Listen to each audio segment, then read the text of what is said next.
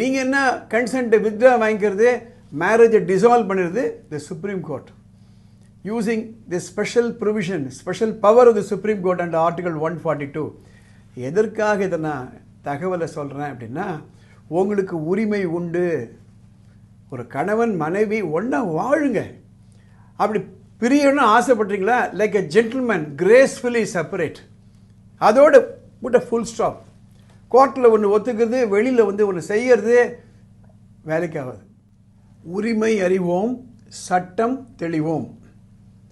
பாமர மக்களுக்கு அவங்க உரிமை என்ன, சட்டம் என்ன சொல்லுது, அந்த தெளிவு கொண்டு வரணுன்றதுக்காக தான் வானமை எல்லை அறக்கட்டளையின் சார்பாக இந்த பதிவுகளை நான் போட்டு வரேன்.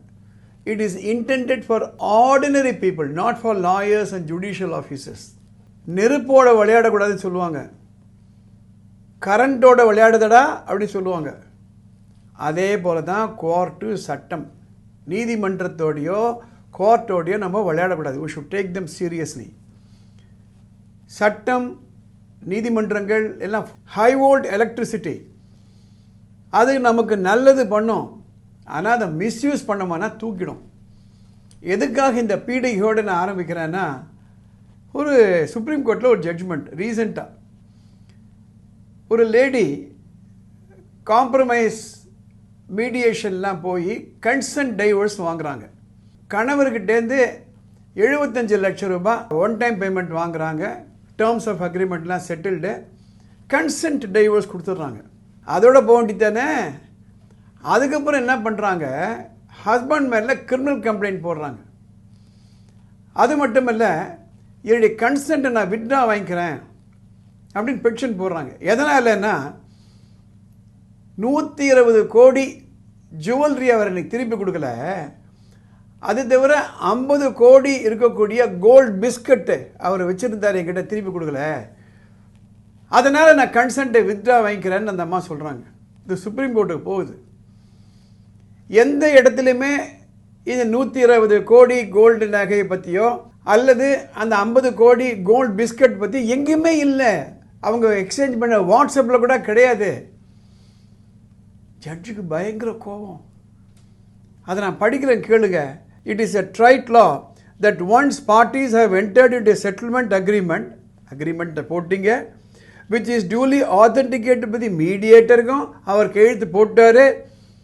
In case of any rescission from such terms as agreed upon in the settlement, the rescission party must be encumbered with heavy costs.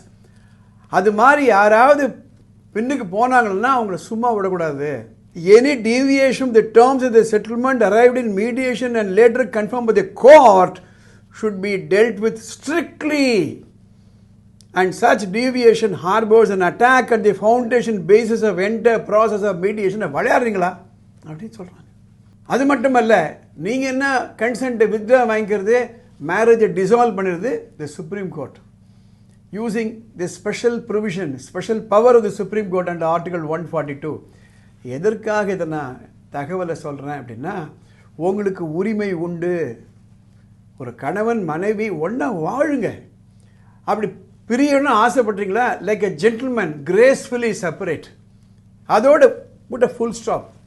கோர்ட்டில் ஒன்று ஒத்துக்கிறது, வெளியில் ஒன்று செய்யறது வேலைக்காகாது. அதனால் இந்த பதிவு எதுக்காக நான் போடுறேன்னா, நார்மல் பீப்புளுக்கு போகணும். இது போன்ற தகவல் தெரிஞ்சாதான் தப்பு செய்ய மாட்டாங்க. அதற்காக தான் இந்த பதிவை நான் போடுறேன். வானமை எல்லை அறக்கட்டளையின் சார்பாக இந்த கமெண்ட் பாக்ஸில் உங்கள் கமெண்ட் போடுங்க. அப்போ தான் அது நிறைய போய் சேரும். உங்களுக்கு சட்டம் சம்மந்தப்பட்டோ அல்லது படிப்பு சம்மந்தப்பட்டோ ஏதாவது குழப்பங்கள் இருந்ததுன்னா மேலே ஒரு வாட்ஸ்அப் நம்பர் போகுது, அந்த நம்பருக்கு ஒரு ஷார்ட் மெசேஜ் அனுப்புங்க. அதை நாங்கள் படிச்சுட்டு வரக்கூடிய எபிசோடில் நம்ம கவர் பண்ணுவோம். இந்த சேனல் சப்ஸ்கிரைப் பண்ணுங்கள். அனைவருக்கும் இனிய தமிழ் புத்தாண்டு வாழ்த்துக்கள்.